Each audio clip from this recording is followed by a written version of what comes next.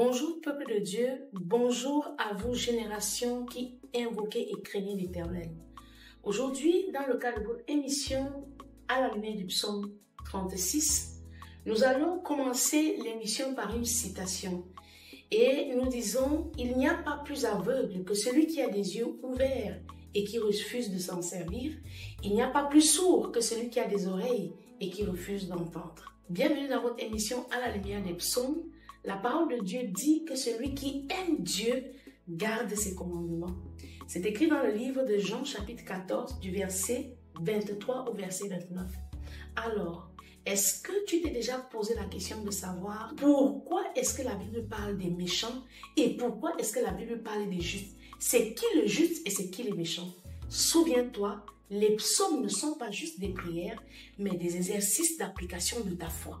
Lorsque tu as déjà engagé la marche chrétienne, il faudrait que tous les enseignements que tu as reçus soient évalués pour peser ta maturité spirituelle.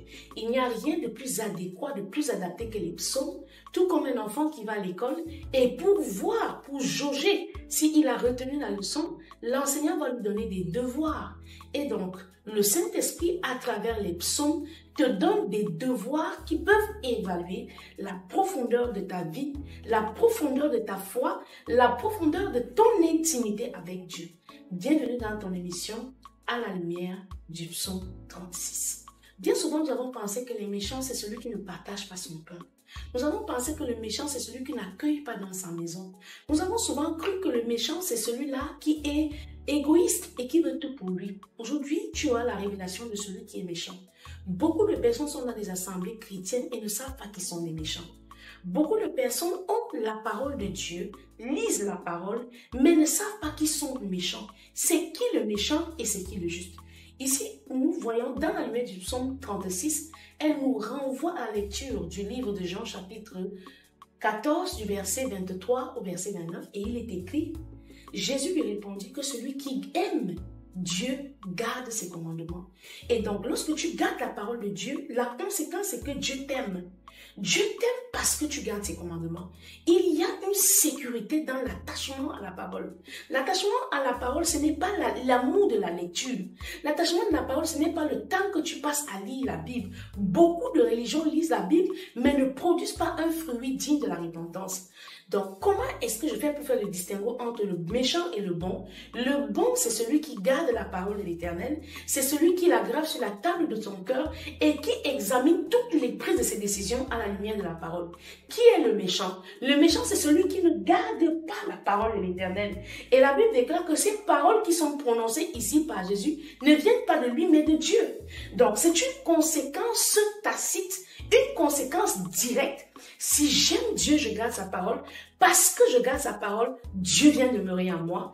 Et parce que Dieu vient demeurer en moi, bien aimé, je deviens inattaquable. Car si Dieu est pour moi, qui sera contre moi? On est donc trouvé méchant parce que l'on rejette les instructions de l'Éternel, parce que l'on méprise la parole, parce que l'on ne prend pas au sérieux ce que disent les Saintes Écritures et qu'on se flatte par son propre raisonnement.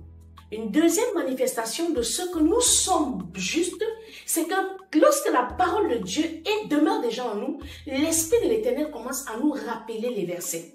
On ne se retrouve pas à mémoriser les versets dans notre tête, mais la parole que l'on a lue commence à jaillir comme des fleuves d'eau dans notre cœur par le rappel de l'Esprit de l'Éternel. C'est lui qui te permet de garder l'intimité avec la parole. C'est lui qui rafraîchit cette parole dans ton cœur et de la sorte est le témoignage que Dieu vit en toi. L'une des choses que nous avons lorsqu'on a gardé la parole, c'est que l'on a la paix.